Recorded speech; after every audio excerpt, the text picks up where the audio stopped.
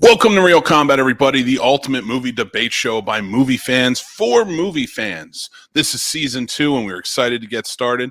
The rules of Real Combat are simple. Both contestants have chosen a movie they think I should watch. They will debate through 4 rounds of different categories to convince me on why I should watch their movie of choice. The contestants with the oldest movie goes first. Round 1 is, why should I watch your movie? Round 2, why shouldn't I watch your opponent's movie? Round 3 is your movie's impact on audiences. And round 4 is personal connections, where the contestants reveal their personal connections to the movies of choice. Let's meet our contestants. And welcome to Real Combat, everybody. So we're super excited for these contestants here. Matt and Chris are joining us. Chris again, of course. So guys, welcome. This is going to be exciting. I can't wait to movies you have in store for me. So with that said, let's start with you, Matt. What movie have you chosen? I have chosen The Wizard of Gore, the 2007 remake with Kip Pardue, Crispin Glover, Brad Dourif, and Jeffrey Combs. All right. Oh my God, that's awesome. That's a star-studded cast. I wanted to bring the heat. I wanted to make sure bring the heat. I love it. Make me work for it. Yep. Chris, what's going up against The Wizards of Gore? Her name was Krista. Features Cheyenne Day, James Edwards, Drew Frotier, and Rick Germain, and other cast members, but those are the main 4. Very cool. I love it. And I have not seen either, so I'm very excited to see what's going to win and what I'm going to check out. Probably might have to check out both. But there is only one winner in Real Combat. We're going to get started. Of course, the rules, we've already been over the rules and everything. So there's a new rule this season, everybody, and that is you can win the round, and you get a point for every round you win. The person who has the most points at the end gets to use that to get a rematch next season. So, yeah, there's a lot at stake here. Guys, we're going to get started. Okay, how old is your movie, Chris? My movie came out 2020. 2020. Okay, so your movie, Matt, is the older movie, and on this show, how we start is you take us to the first round, which is, why should I watch your movie? You're first up, my friend. Why should you watch The Wizard of Gore? Why shouldn't you watch The Wizard of Gore? It's Crispin Glover being Crispin Glover. Brad Dourif is a sleazy acupuncture guy, and Jeffrey Combs eats bugs, and Kip Pardue is just beats up and kills suicide girls. I mean, what's not to love about this movie, Mick? I mean, it's shot really well. It was directed really well. It had a pretty good budget too. It was this 2007. Of course, you guys remember the Suicide Girls. That was a big alt fetish website. Now it was kind of the precursor to OnlyFans, I guess, for lack of a better word, but for lack of better content. But there was a lot of really great stuff in this. Crispin Glover is just fantastic. He is just wild and out there, and Brad Dourif is just a total sleazeball. And the main guy, Kip Pardue, he's pretty wild as well. He's just brutal when it comes to the killing and whatnot. So what's the plot? The plot basically is the plot is Crispin Glover is a magician. He and Jeffrey Combs run this magic show in LA, and they got Kip Pardue, and basically Kip Pardue is seeing these visions of these girls getting killed, and he's wondering, how am I seeing this and whatnot, and then like the next day he wakes up and the visions are true, and it's like, is he killing them? Is the wizard killing them? Is the geek killing them? We don't know. It's really an interesting premise. Okay. That's awesome. That sounds. I love that cast. For one, I like Kip Pardue. He was in a few movies and TV shows that I really enjoyed. So yeah, Remember the Titans was his big. I think his biggest role. I think was Remember the Titans. Yep. Quite the opposite in this one. He's quite the opposite in this. Well, you know what? That's a great argument. And but Chris, you're up now. And why should I watch your movie? So Her Name Was Krista is it's 1/3 horror film, 2/3 romantic drama, in my opinion. So it's a little different than anything you're going to find on a streaming site or at an indie, like at a you're going to go at the Walmart and buy. This is not going to be sold in Walmart. Steven is played by James Edwards. He's a socially awkward middle-aged telemarketer, and he's desperately alone. At the suggestion of Nick, played by Drew Fortier, a coworker of his at this place, he suggests, well, you haven't gotten laid in 4 years. You've not had a connection with another person in 4 years. You should go see a prostitute. That first encounter really doesn't go well. He's just socially awkward all over the place, and it's kind of depressing. You feel for Steven as the entire film goes through. Nick then goes, well, that didn't go so hot for you. So have you ever heard of the girlfriend experience, where it talks about the prostitute or the lady of the evening giving you the girlfriend experience, cuddles, dates, attention, that type of thing. He eventually meets Krista at a diner. They come up with some terms, some boundaries, negotiations for this experience. And over the course of months, a relationship ensues. Rick Germain is Blaze and basically plays an antagonist in the series. Horrible orange spray tan and is just a dick the entire time. It's hilarious. But in the final act, we take a hard right turn into horror, and it is body horror and grotesque and necrophilia, and the people I've shown this to gasp in horror when we hit that third act. All right. You guys are really coming with the gore. I love it. Well, it's like it's all like love, and I want to not be alone, and I'm trying to make social connections. And it basically goes on this deep dive of what it's like to be alone in middle age and seeing your connections fall apart around you. And he's trying to reestablish these any way he can. And when that's taken from him later in the film, his mind just goes.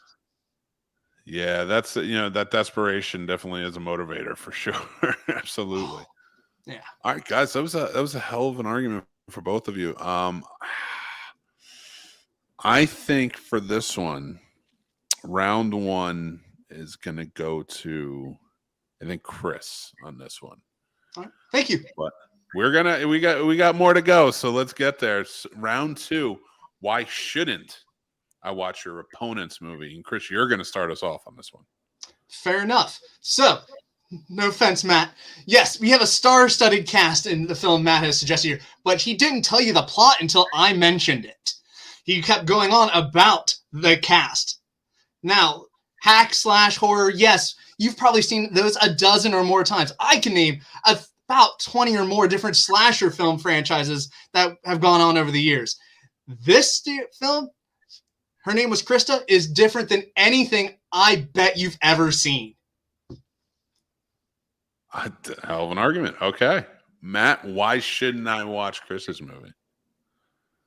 Because who the hell wants to sit through 2/3 of a romantic drama? Like, I can watch Lifetime Channel for that, dude. Seriously, no. Get it going. Get it. No.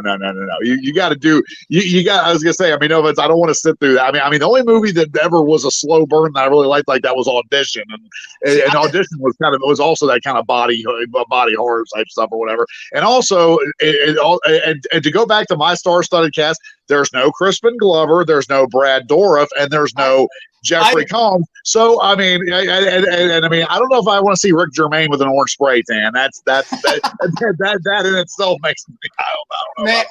I love Rick. I love James. I mean, I work with all those guys, but it's like I don't know about all that. I think you actually talked me right out of this movie. I'd like to rebuttal, if I may. Those people, Crispin Glover and the others, don't care if you've watched this movie. The indie actors in this probably do. You know what? That's a good argument, but I gotta give that Matt brought a hysterical argument to it. And I gotta give him the round on that one. That was a good one. So it's 1-1. Here we go. Rick Germain's never going to speak to me ever again after this, but it's I mean, hopefully he forgives me. He loves it. We gotta get him on the show. All right, guys. So before we get started on the third round, I want you guys to promote your stuff. Matt, I'm going to put you up first. Please tell us, what do you have going on, and we'll take it from there. Cool. Well, hey guys, how y'all doing? I mean, right now, I mean, things are a little slow. I mean, I got Just wrapped on Zero, a zombie flick I helped with Wesley Spangler. It's going to be coming out here pretty soon. We were thinking about Halloween, but it might be early next year by the time that hits or whatever. But yeah, it's kind of coming up a little fast. Going to start production on Little Red Rosie here in a few weeks, and see, is there anything else? Killed on Arrival is in post production as well, so hopefully we'll be hearing from that sometime soon as well. So yeah, I mean, hopefully we'll be doing some good things. I mean, we're just starting to book for Carolina Fear Fest next year too, which I mean, of course, Mick knows what a wonderful event that is. And yeah, so I mean, I really don't have a whole lot to do here, so I'll just turn it over to Chris real quick. Oh dear. All right, so I just wrapped on a couple different projects that were tons of fun. But we got some stuff still going on. Currently still working on The Brides. And then this November, December, we are going back with Cinephoto and Hitlist Video to do Heavy Duty Man. We have our cast, we have our crew, and we are ready to roll. So that film that went back into pre-production is going to now go into filming, and I cannot be more excited. It's going to be a lot of fun, a lot of chaos. It's going to be great. And yeah, Hitlist Video for YouTubes of my own variety and things like that, and promotional material. So guys, look out for those. Remember, there's links down below, so go check out everything. Follow them everywhere, so that way you can keep up on these movies coming out. You can follow Hitlist Video on Facebook. Cinephoto is also on Facebook, and yeah, absolutely. It's all down below, so make sure to click. All right, we're getting into round 3. This is where it gets a little more personal towards the audience and towards yourselves. Round 3 is, what was your movie's impact on audiences? And I'm gonna say it could surprise you here, because I've heard arguments where a blockbuster movie was going up against a small independent horror movie. That's what this is. And that's exactly what won. Well, I guess kind of, sort of, but not. I mean, this movie was not. Is the cast? Yes, it is. It was still it never had a theatrical run or anything, though. I mean, it was released on Dimension Extreme. It was not a huge. I mean, yeah, it's, I guess, a bigger budget than your movie, Chris. But at the same time, it wasn't really, it wasn't a huge like theatrical movie or anything like that. I'm saying Her Name and Krista was funded on Indiegogo. Well, this probably was a little. It probably had some studio funding, obviously. But yeah. But still, it wasn't like it was like a Blumhouse Friday the 13th or like a Halloween movie or something. I would not know.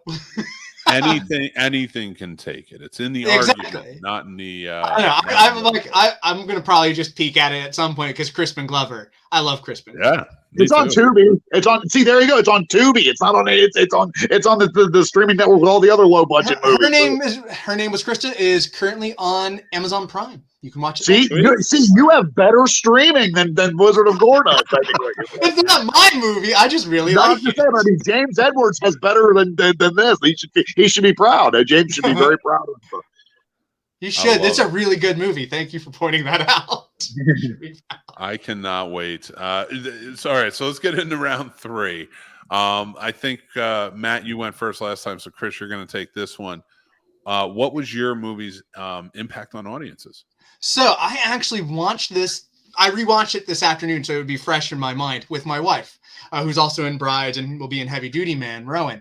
When we got to that third act twist I told you about, she did a hard nope, and was like out of the room because it was just so shocking in that respect. But throughout the piece, she really liked certain characters she did not care for. She was critiquing the people there, but overall, she was like, this is grounded dialogue. It's believable. And the safety concerns the ladies of the evenings had, she was like, yeah, these are legitimate concerns that should be brought of attention to. So it was things that when watching with an audience, I was looking at it from someone else's point of view, and she was enjoying it. She liked it. She just was very horrified by the ending and had to bounce. All right. If you're squeamish, this might not be the movie for you. Well, I mean, Wizard of Gore, I mean, that kind of says the same to me as well. So, I mean, it's definitely not for the squeamish either. And again, it's a little more even keel throughout the entire movie. But everybody, I mean, again, if you, it's got all the stuff that you like about horror movies. It's got the blood. It's got the it's got the protagonist. I mean, it's got a lot going on for it. It's got, like I said, it's got a great cast. It's got great music. I mean, it's really a well put together film. And I mean, I think that everybody that I know that has seen it, because I mean, I don't know if you guys realize this, but in 2009 it's a remake. The original was 1970 with Herschel Gordon Lewis.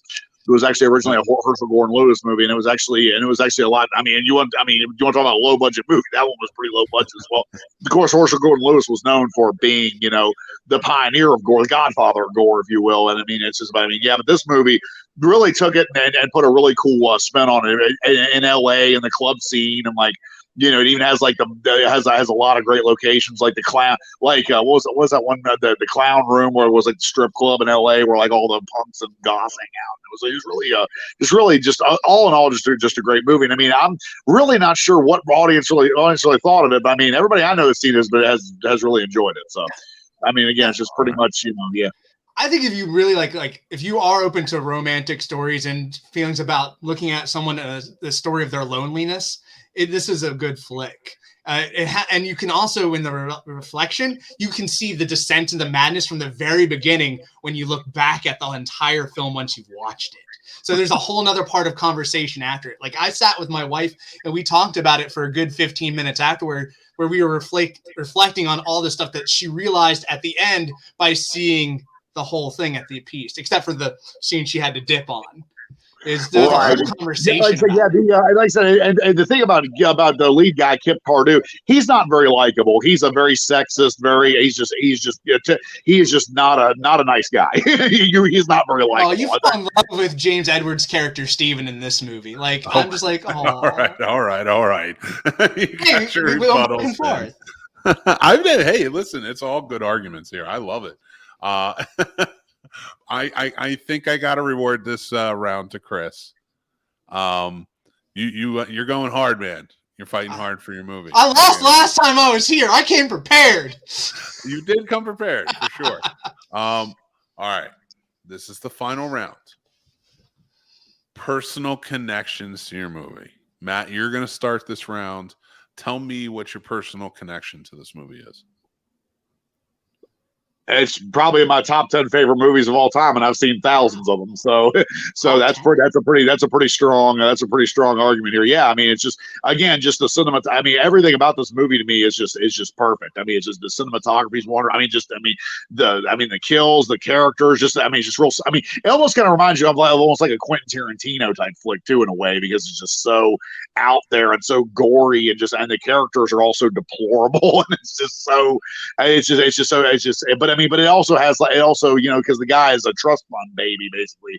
That's, he's like this rich guy who's, and like I say, he just goes to these clubs, and the girls like him because he's got money, and that's pretty much all it is. And he just takes total advantage of him. He's just a scumbag, but he's a rich scumbag. So it's kind of like the 50 Shades of Grey argument, where they say, oh yeah, if he lived in a trailer, it'd be a sort of Criminal Minds. That's kind of this guy's deal too, it seems like. So, but it's a great film, just well shot. Well acted. It's just got a lot of got a lot of great stuff going for it. Very cool. Awesome. All right, Chris, what is your personal connection to your movie? Well, I knew Rick Germain before watching it, so it's kind of like I have a direct connection there. But also, I was talking to James. He was working on his crowdfunder for Trivial, and he suggested, hey, watch this. You'll get an idea of who I am, what I do. And I was just blown away. It's completely different than anything I've ever watched. So I talk about this movie when someone asks me for an indie recommendation. This is usually one of those films I recommend right off the bat. It is a slow burn, and I like slow burns personally. It develops into more of the storytelling, in my opinion. But the shock of it just brings it in hard. And the dialogue is so grounded, which is really weird. Like, when I think this hard ride or these pieces here, it's just relatable characters, great chemistry, great dialogue. Yes, there are some things that could be better. I personally would have changed maybe some of the lighting techniques there, and a little bit it's here and there. But overall, I just was blown away by this film, and I just thought it was impressive, especially for a first-time director. All right, very cool. All right, I love the connections to this movies. I'm gonna have to give this round to Matt though, because he said it's his top 10 favorite. I get that. That's why I even took it. I was like, whoa. That's a hell of a thing. I would say it's definitely one of my top films in the indie category, but yeah.